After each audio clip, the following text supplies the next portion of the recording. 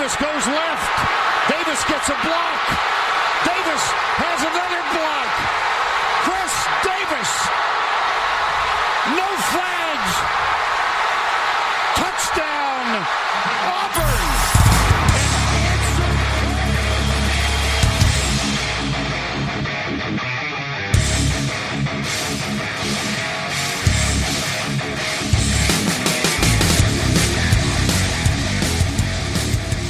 Fala galera, tá começando mais um No Flags, aqui a gente expulsa zebras. E se você torce pra alguma franquia da NFL, você um dia vai xingar a gente ainda. Eu sou Mário Kogo e, Luiz, eu tô com sensação de déjà vu. Déjà vu. Eu não vou nem falar mais nada, porque ontem já fiquei triste demais nessa introdução, vou só deixar rolar. Bom galera, ontem eu e o Luiz gravamos e deu um problema do áudio. A gente vai fazer aqui toda a discussão. Os temas são Las Vegas e o que ele fez para conseguir parar o Kansas City Chiefs e o Mahomes. E, para tristeza do Luiz, a gente vai falar de São Francisco 49ers e o que tá acontecendo lá em Santa Clara. Beleza? Alguns avisos. Vamos à tape. Vai ser na segunda, devido não tem jogo de Thursday Night. A gente vai fazer a análise do Monday Night. E o outro aviso é que, né, o podcast atrasou, mas teve live na quarta-feira analisando todos os jogos, beleza? Bora, Luiz, bora gravar que a gente tem que tocar o barco. Bom, pessoal, a gente tem como nosso primeiro tema, assim como na outra gravação, não vou fazer o Luiz chorar no início, vou fazer ele chorar no final. Luiz, falhou até a voz. Mahomes parado, entre muitas aspas, pelo Las Vegas, e o Las Vegas surpreendendo toda a NFL, conseguindo a vitória para cima do Chiefs. O que você conseguiu identificar aí o que aconteceu nessa partida para o Raiders conseguir sair com a vitória? Foi um jogão, né? Como você disse, merece todas as aspas que você colocou, porque o Mahomes não foi de fato parado. Ele jogou bem pra caramba até. Só que a defesa dos Raiders jogou melhor, o time dos Raiders jogou melhor. Por mais que o Mahomes tenha ido... cabeça, cara. Por mais que o Mahomes... É quase igual. Por mais que o Mahomes tenha ido bem... A defesa dos Chiefs conseguiu... A defesa dos Raiders conseguiu ir ainda melhor, principalmente a secundária. A gente comentou muito a respeito da pressão que o Mahomes sofreu, mas pra mim a cobertura teve um papel ainda maior, porque uma das principais características do Mahomes é sair do pocket e achar alguém livre. Nesse jogo ele saiu do pocket como sempre faz, mas não tinha ninguém livre. A secundária jogou muito bem. Eu acho que isso foi um ponto bem importante para parar o Mahomes. Cara, e é impressionante que você conseguir fazer a pressão no Mahomes. Eu acho que isso é o mais importante, o mais diferencial desse jogo do Raiders para conseguir a vitória, foi conseguir pressionar o Mahomes sem mandar blitz, né? A gente tem aqui pelos números do PFF, foram 5 blitz em 4 tentativas, a outra tentativa foi um screen, e o Mahomes ficou 100% quando passou contra blitz, enquanto quando ele foi pressionado sem blitz, ele ficou com 33% dos passes completos, uma interceptação e nenhum touchdown. Então assim, o pessoal fica falando, né, é a fórmula para ganhar do Mahomes, mas eu acho que é a fórmula para você ganhar da maioria dos bons quarterbacks, né, Luiz? Eu acho que ninguém escapa disso aí, não. Se você pressionar e marcar bem, o que ele vai fazer? Vai só o Lamar Jackson aí corre. Exato. Porque é complicado. As condições que os Raiders impuseram pro Patrick Mahomes provavelmente ganharia de qualquer quarterback da liga. Sim. E eu acho que, só para trazer os números, né, exatamente, foram 5 blitz, como eu falei, já quando sob pressão, foram 24 dropbacks, 18 passes tentados e 6 completos. Nenhum touchdown e uma interceptação. Isso mostra a possibilidade, né, de um time conseguir pressionar e conseguir manter 6, 7 homens, né, porque teve casos até 8, onde eles conseguiram pressionar com 3. Isso passa muito pelo belo jogo dos Edges, né? Acho que o Clelin Farrell é uma escolha até um tanto contestável do ano passado, mas começa a dar bons sinais esse ano. Mas assim, se a gente olhar para o jogo, a gente percebe que não foi só a competência da defesa, que foi muito competente, o ataque indo muito bem, depois a gente até fala um pouco desse ataque do Raiders, mas teve umas situações de... Você falou de sorte, né, na outra gravação, e eu falei que pra mim é mais competência, como drops, faltas. O Mahomes teve 2 TDs, se eu não me engano, anulado por falta. Eu acho que os touchdowns anulados foram, obviamente, muito benéficos aos Raiders, mas principalmente no ponto emocional, porque o primeiro touchdown anulado foi no início do jogo e foi um puta passe do Mahomes, foi um passe perfeito. Então, não ter essa jogada acontecida acabou não diminuindo o moral da defesa dos Raiders, possivelmente, e eles conseguiram fazer um bom jogo, porque é meio desmoralizante tomar um passe assim logo no início do jogo. Eles conseguiram segurar bem e seguiram assim o resto do jogo. Foi duas faltas de holding que voltaram um touchdown. Teve um drop do fullback numa first down também importante no jogo, que era uma terceira descida. Então, assim, você conseguir se manter competente numa situação e ainda você contar com esses erros do Kansas City Chiefs parece meio que necessários, né? Antes da gente falar de outras situações em relação ao Kansas, cara, a gente tem que também falar desse ataque, de como o Derek Carr parece que tá voltando, né, aos tempos áureos de 2016, onde ele tinha uma ótima linha ofensiva, a linha ofensiva do Raiders tá fazendo uma baita temporada até aqui, e ele começou a se arriscar mais, a lançar mais passes em profundidade, tá melhor no pocket. O que você tá achando dessa temporada, Derek Carr? Eu não tô acompanhando a temporada como um todo, mas os 2 jogos que eu vi, eu tô gostando bastante dele, porque o que a gente viu no Derek Carr é um cara que tem um canhão no braço, mas lança só 3 jardas. Então agora ele tá conseguindo, tá usando mais a melhor arma que ele tem. Ele tem um braço muito bom. Os últimos anos, talvez, quem começou, os torcedores dos Chiefs que começaram a torcer ano passado, se visse o Derek Carr agora ia achar que ele não tinha um braço bom. Mas não é isso que acontece. Ele tem um braço muito bom e não usava. E agora ele está conseguindo fazer isso de maneira mais eficaz, do jeito que ele precisa fazer, porque ele não é o quarterback que ele vinha sendo. Isso, e eu acho que muito aí, né, passa pelo trabalho do John Gruden, né, de deixar em boas situações e dos receivers, né? Inclusive a gente está vendo o Nelson Agholor produzindo bem, conseguindo separação. Teve a lesão lá do Huggs, mas quando ele voltou, ele já volta conseguindo separação. São chamadas que confundem a defesa, né? O próprio touchdown do Huggs, a gente viu o safety numa situação de colocado em dúvida se ele marcava a rota over, se ele marcava a in. Então, assim, o desenho de jogadas mostra que o Gruden se atualizou, né? Havia aquela preocupação, será que vai ser o mesmo Gruden de 2002, 2003, 2004? Então, é um outro treinador atualizado, com rotas muito interessantes, explorando o fundo do campo, mas ao mesmo tempo trazendo rotas curtas que permitam uma jogada mais curta, mas ao mesmo tempo atrai a marcação e deixa o fundo de campo aberto. Esse trabalho que o Gruden tem feito tem surpreendido muita gente, né? Isso, no primeiro ano dele teve muita esculhambação com aquela história do Khalil Mack, muita coisa acontecendo, mas ele tá saindo por cima dessa história, né? Porque ele vai rir por último, ele montou um time muito bom, um time que tá sendo eficiente, ganhou do melhor time da NFL agora. Então, eu tô gostando do trabalho do Jay Gruden, eu não sei se é o Jay, mas eu tô gostando do trabalho do Gruden. Porque a parte tática dele tá conseguindo colocar o Henry Huggs no jogo. Por mais que o Huggs não tenha tido mais que 2 recepções na temporada, num jogo e numa temporada, das vezes que ele pegou, ele foi bem eficiente.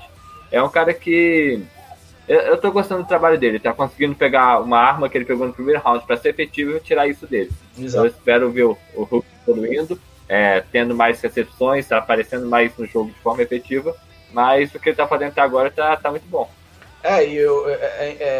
Tudo passa também, né, dessa linha ofensiva, tá tendo um impacto muito grande do jogo, né, tá jogando muito a linha ofensiva. Você tem um bom running back, né, para fazer ali o trabalho até meio que sujo, né, que está sendo feito, porque sempre é uma corrida com contato, que precisa ganhar jardas após o contato, mas ao mesmo tempo ele está dando confiança ao Derek Carr, os receivers estão conseguindo separação, o ataque flui muito bem, você fazer mais de 30 pontos nessa defesa do Chiefs não é das coisas mais simples, tá aí o Lamar Jackson para provar, né?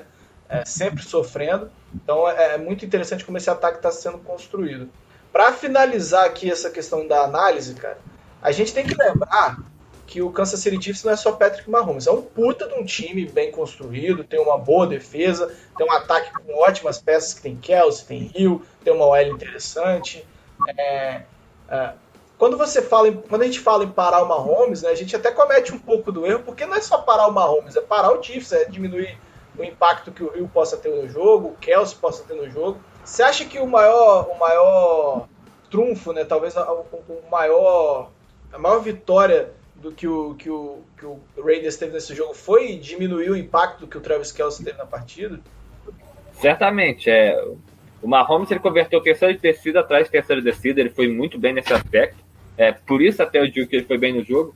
Mas quando a bola ia para o Travis Kelce, que é o principal alvo do Patrick Mahomes em praticamente toda a situação, a defesa estava lá. O Mahomes se tomou o jogo, o Kelce não. Por mais que ele tenha tido touchdown e coisa assim, o jogo do Kelce não foi bom. Ele conseguiu uma big play, mas no geral não conseguiu separação, não conseguiu pegar a bola que ele devia ter pego. Então eu acho que parar é igual aquela história para parar o Messi. Você não para o Messi, você para quem passa a bola para ele. Então, sabe o Kelce. O Mahomes não consegue. Tanto que o Mahomes ainda teve um bom jogo passando pro Hill, né? Eu acho que o Hill é um top 5 receiver da liga, é muito difícil você travar ele o jogo todo. O que você pode fazer é diminuir o impacto e tentar ganhar em cima dessa diminuição de impacto. Para fechar, Raiders, qual é a sua aposta aqui que esse Raiders até agora mostrou, que você acha que até onde esse time pode ir na temporada de 2020? Eu tô bem animado. A ideia, eu quero até começar a acompanhar mais, porque o time tá mostrando coisa que eu tô gostando de ver. Já ganhou de New Orleans, né? Já ganhou de New Orleans, já ganhou do Chiefs. Então assim, o Panthers, que é um time hoje positivo, né? Criou, na época que da vitória era um time com pouco hype, mas você vai vendo o trabalho do Joe Brady cada vez mais aparecendo, o Ted Bridgewater indo bem, então ganhou de 3 times positivos, o que muito... Por exemplo, o Bears, que também é um time com 4 vitórias aí, não tem. Isso. Eu acho que na pior das hipóteses, os Raiders conseguem brigar pelo wildcard, pela essa terceira vaga que abriu aí, né? Porque ganhar a divisão em cima do Mahomes é muito complicado. Exato. Mas aí vai ter agora mais 3 vagas para ele conseguir chegar na pós-temporada. Eu acho que eles conseguem fazer isso. Tem time para isso. Pelo menos vem mostrando futebol americano para isso. Mas se tivesse que apostar em alguma franquia hoje para tentar bater nessa divisão, o Raiders, é o que sobrou, na verdade, né? Porque o Broncos virou um cemitério lá, né? Todo mundo se machucando. E o Chargers o Chargers é padrão. Tradicional já. Eu desisti. Esse foi o meu último ano apostando no Los Angeles Chargers para alguma coisa. Porque não dá, cara. Você aposta, o time continua, todo mundo morrendo de lesão. Bom, isso aí é o que a gente tinha para falar do Chiefs. Bora falar de tristeza, Luiz. Bora falar do seu momento, né? Um momento complicado. São Francisco 49ers perdendo de 43-17. Eu acho que é isso, né? Foi. Para o Miami Dolphins. A gente não viu nada, basicamente. O que aconteceu com o Jimmy Garoppolo, Luiz? O Jimmy Garoppolo não dá pra explicar. Ele nunca jogou tão mal assim. Ele já jogou mal antes, bem mal antes, mas dessa forma é inexplicável. Ele não estava conseguindo se ficar calmo dentro do pocket, ele estava muito assustado. Mesmo com o pocket limpo, ele estava errando passos que devia acertar. Ele tomou decisões bem questionáveis no final do segundo quarto. É tudo o contrário do que a gente costuma ver o Jimmy Garoppolo, que é um cara que, por mais que não seja um talento absurdo, ele é eficiente. Nesse jogo ele não foi. A gente viu até quando o CJ Beathard entra, né? Ele até vai melhor, né? O time parece que flui melhor. É a segunda vez que ele faz isso, né? O braço do CJ Beathard é melhor que o do Jimmy Garoppolo. E pelas condições, possivelmente tornozelo atrapalhando, o jogo estava mais envolvido pro Beathard mesmo. Por mais que ele não tenha ido bem também, né? Não tô falando que ele foi bem, foi que ele foi melhor do que o Garoppolo. Isso, eu não consigo explicar o que aconteceu com o Jimmy Garoppolo. Ele teve um jogo totalmente atípico. O problema é que, por mais que esse aqui tenha sido atípico, os outros exemplos que a gente tem dele na temporada, fora o jogo contra os Jets, também foram bem ruins. Então ele tem 2 passos muito bons na temporada e é isso. E assim, cara, se a gente pegar, né, ele vinha de lesão, né, e ele estava questionável a semana inteira. Você acha que há um impacto dessa lesão ou não? Ele jogou mal mesmo? Ou pode ser os dois, né? No caso, a lesão atrapalhou, mas ele também não colaborou. Eu prefiro acreditar nisso aí. Eu acho que tem a possibilidade real de ser os dois. Como eu comentei até que ele parece ser meio medroso com o corpo dele. Desde o ACL ele não é a mesma coisa, agora uma lesão mais recente. Ele parece não conseguir pegar o ritmo nessa situação. Então eu acho que a lesão acabou atrapalhando bastante ele, mas não pode ser desculpa. Se colocou ele pra jogar, ele tinha que ter jogado, né? Não dá pra... Mas vamos combinar, se você tivesse um corpo igual aquele, você também protegeria, vai. Com certeza. Eu ia andar dentro da bolha. Pois é, pô. Cara, e assim, mas você acha que o ataque não rendeu somente pelo seu QB ou as corridas também não entraram? O que você mapeia aí nesse... Mapeia, né? Mapeia nesse ataque aí de que foi tão problemático a ponto de fazer só 17 pontos. Então, não tem justificativa para ter feito só 17 pontos. A defesa tomar 43 até vai porque a gente tá com a defesa reserva. Mas o ataque é praticamente o time completo. É o time que jogou Super Bowl ano passado.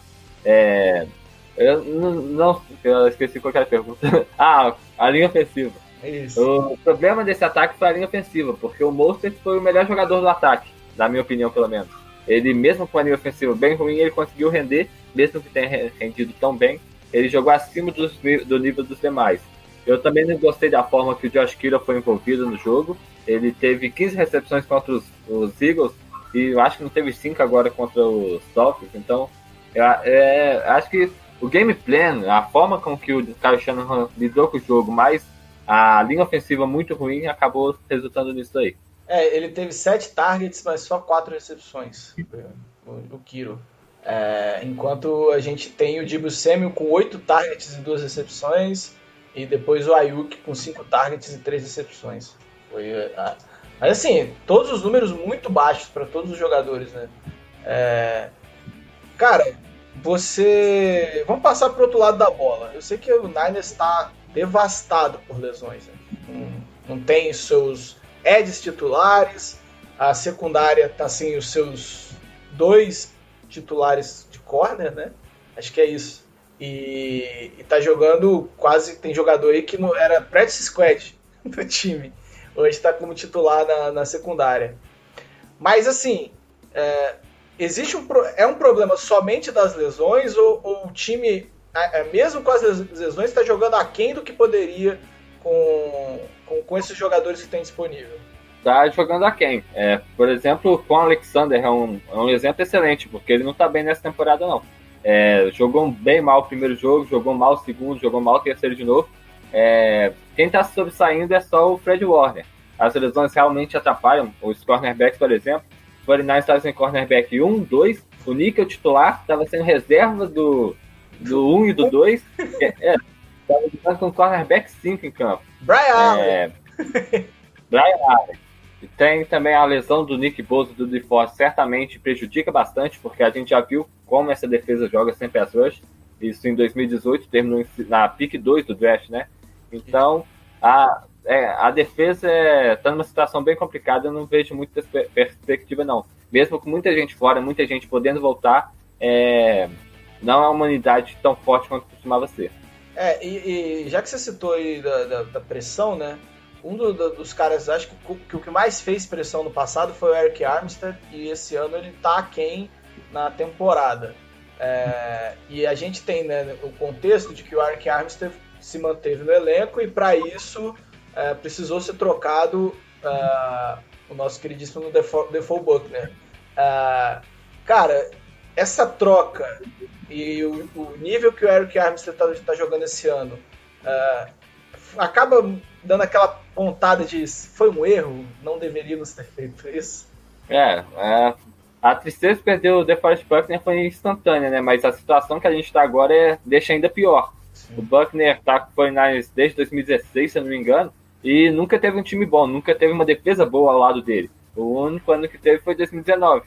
Então ele está bem acostumado na situação que a gente está aqui agora. Ele poderia ser desbalancear, balancear o nosso favor, por exemplo, e fazer cara como o Kerry Hyder ou o John Jordan render mais do que estão fazendo. O Hyder tá bem, mas eu acho que o DeForest Buckner muda uma linha defensiva, consegue segurar o nível da linha defensiva no nível mais alto que o Armstead consegue. Só pra. Né, o Armstead teve um baita jogo contra a Philadelphia. Pra dizer que não jogou bem nenhum jogo da temporada, ele teve um baita jogo contra o Philadelphia, foi bem contra o Jets, mas contra Giants, Cardinals e Miami, ele foi muito aquém do que a gente estava esperando. Acaba que você vê o DeForest Buckner tendo um baita ano lá no Colts. E 2018 mesmo, quando não tinha pass rush, ele continuava mantendo o nível. Eu sou sempre contra trocar uma estrela, cara. Você não pode abrir mão de um jogador que é um game changer. Eu acho o DeForest Buckner hoje um game changer. Top 3 da liga, quem sabe talvez só abaixo do Donald. Aí existe um debate, mas é uma troca que eu não faria. E ainda a gente tem que lembrar, né? O Eric Armstead teve um ano muito bom e o Defoe tá bem desde o início do Niners, desde que ele chegou no Niners, ele mudou um pouco a cara do Niners. Eu sei que o time não ganhava, mas é porque não tinha companhia nenhuma, né? Eu sou daqueles que eu acho que o torcedor do Niners está olhando pro jogo do Colts e falando, putz, ele podia estar jogando aqui com a gente. E assim, cara, secundária, eu sei que não tem ninguém lá, mas você acha que com a volta de algum dos jogadores, né, mas acho que principalmente do Richard Sherman, já resolveria o problema, pelo menos permitiria vocês correrem atrás de algumas vitórias? Eu acho que a volta da secundária pode ajudar no sentido de que eu tô gostando do que o Robert Saleh tá fazendo no front. Ele tá sendo criativo nas blitz, tá sendo criativo nas chamadas do front ou defensivo, mas a secundária não segura. Não tá dando tempo do que ele tá pensando se desenvolver. Então, se eu trouxer o Richard Sherman de volta, o Emmanuel Mosley conseguir segurar um pouco a secundária, talvez o Pessoas ande. Vai ser o contrário do que a gente fez no ano passado, com o Pessoas ajudando muito a secundária, mas é uma possibilidade de elevar o nível dessa defesa, porque fora isso não tem mais quem entrar. Tem o Ronald Blair para voltar, que com certeza vai jogar melhor que o John Jordan, mas é só isso. Então, a secundária vai ter que carregar essa defesa para pagar o que o front seven fez no ano passado. Lembrando que eu acho que não tem ainda previsão de retorno do Richard Sherman. Ele está na injury reserve, que nesse ano é mais curto, são só 3 jogos, você pode tirar logo depois de 3 jogos, mas aqui ainda sem previsão de retorno. Eu até fui procurar aqui ver se tinha alguma previsão. Ele estava para treinar nessa semana e teve contratempo na recuperação e acabou adiando. Ele não volta essa semana mais. Então, mas ele vai voltar. Agora o que o torcedor do Niners precisa é rezar que ele volte a tempo da temporada não está perdida, né? Aí rezar para ele voltar e rezar para virar um jogo, mudar a filosofia, porque do jeito que o Niners está jogando, ele não chega longe, não. E cara, você acha que esse Niners, né, tá longe de ser o que ano passado, e também isso muito por conta dos jogadores machucados, mas esse ano, o que você está esperando desse Niners, até onde você acha que vai? A temporada acabou, a temporada é pensar em 2021, tentar ir mais longe possível, mas já pensar em 2021, o que você está analisando aí para 2020? O ano passado eu sempre tive comigo que o momento do time acabou ajudando bastante. O time estava jogando melhor do que ele realmente era. Tipo aquele moral do Madden lá que da ponte overall, mesmo. Só que esse ano a gente perdeu o Nick Bosa, perdeu o Kiro na Week 1 e o Bosa na semana 2, então isso aí tirou todo o moral que o time tinha, então eles não estão performando no nível que eles costumaram jogar no ano passado. Eu ainda acredito que o time pode dar uma volta por cima, isso aí é torcedor otimista, bem clubista, mas acho que ele consegue jogar melhor do que está jogando, ganhar mais jogos, mas é complicado. Eu acho que dá para fazer os dois, pensar em 2021 e ir um pouquinho mais à frente nessa temporada, mas Super Bowl, andar profundo nos playoffs não dá, não. Vai ser, se der sorte, a vaga de wildcard e é isso aí. E você não acha que foi um equívoco? Porque assim, vocês foram ao Super Bowl e estavam em condições de dar o all-in, né? E aí vocês abrem mão de talvez o segundo melhor jogador de linha do time. Você não acha que foi um equívoco não realmente fazer o all-in, né? Talvez pegar os contratos do Eric Armstead, fazer um backload e forçar esse time para tentar mais uma run de Super Bowl, do que abrir mão do Buckner e trazer um calouro e começar todo um novo processo de construção dessa linha? Você não acha que houve um equívoco aí de planejamento? Eu acho que eles pensaram no Kinlaw jogando melhor do que ele tá fazendo agora, né? Não que ele não tá horrível, ele não tá sendo, por exemplo, igual o que o Ken Williams foi na primeira temporada com os Jets, mas tá bem abaixo do que o Buckner entregava. Esse cálculo me ferrou. Entregava. Tá bem abaixo do que o Buckner entregava. Não dá para culpar ele por isso, mas acabou abrindo a saída do Buckner, acabou um buraco que o 49ers talvez fosse melhor não ter, né? Pegou o Kinlaw na pick 13, mas às vezes fosse melhor pegar outro cara lá atrás e manter o Buckner no time. Isso. É complicado falar agora. O planejamento talvez tivesse sido bom se o Kinlaw jogasse um pouquinho melhor, jogasse como uma pick de top 15, mas é complicado. Eu preferia ter o Buckner hoje, isso é sem dúvida nenhuma. Bom, eu vou dar minha opinião aqui. Eu acho que esse Niners, eu não esperava, mesmo com as lesões, um time caindo tanto e tomando essa saraivada do Miami Dolphins. Acho que a torcida mesmo tem que esperar que foi um caso aí, um jogo que isso aconteceu e que o tornozelo do Garoppolo atrapalhou e que ele vai voltar melhor no jogo que vem. Mas você acha que o Shanahan ele está tendo mais trabalho para conseguir fazer o fluir o ataque? Não está sendo tão fluido igual foi ano passado? Esse ano eu não consigo identificar o que mas tem alguma. Na verdade, consegui. A linha ofensiva não está conseguindo abrir para o jogo corrido, que é a base do ataque do 49ers, e sem corrida, com o Garoppolo jogando mal, acaba atrapalhando bastante. Ano passado a gente teve jogo que a corrida não foi boa, que a linha ofensiva não conseguiu abrir espaço, o Garoppolo colocou nas costas e ganhou. Mas esse ano isso não está acontecendo. E com uma defesa que não está segurando nada, está deixando o 49ers atrás do placar, correr não é uma opção. Então, dependendo do passo do time Garoppolo, já não é tão ideal, dependendo do passo do time Garoppolo machucado, é pior ainda. Então, eu acho que é isso que está acontecendo. A combinação da defesa ruim, tirando o jogo corrido do 49ers, como foi nesse jogo contra os Dolphins, e a performance ruim da linha ofensiva, atrapalhando muito o time Garoppolo. Para fechar, cara, já fechamos o assunto Niners, mas a gente tem a semana 6 chegando aí. Lembrando que, se eu não me engano, Saints, Chargers. Eu vou tentar lembrar quem tá de bye aqui. O mais fácil é entrar no site da NFL e ver quem tá de bye. Se eu não me engano, Saints, Chargers. Vou confirmar agora os outros dois. Raiders e Seahawks são a bye dessa semana. Só para lembrar os jogos: Broncos e Patriots, jogo adiado da semana 4 ou 5.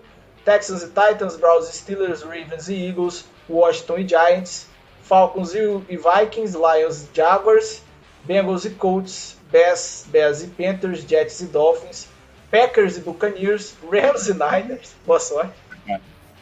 Sunday Night. Chiefs e Bills, Cardinals e Cowboys. Dá 2 jogos aí, cara, que você quer muito ver essa semana. Eu vou colocar aqui os meus. Chiefs e Bills, pra mim, jogaço.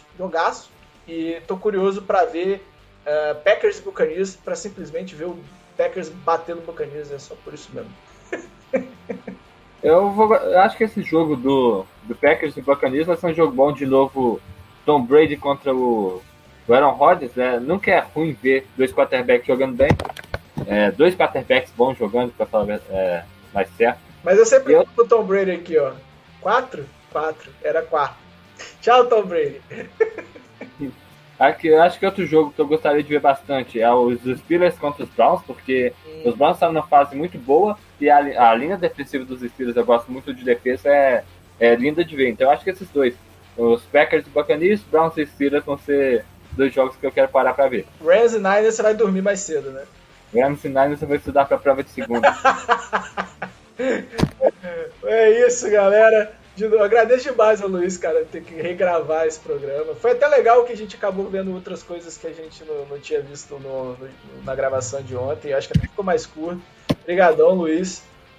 Sigam o cara, @Niners do Caos. É um perfil que é focado no Niners, mas ele analisa tática da NFL inteira, então para você que quer aprofundar no estudo do jogo, vale a pena seguir demais.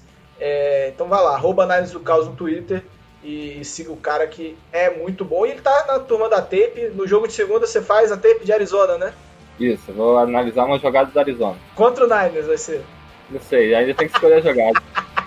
Mas pode ser. Então é isso, galera. Chame a zebra de volta. O No Flags está terminando. Aquele abraço.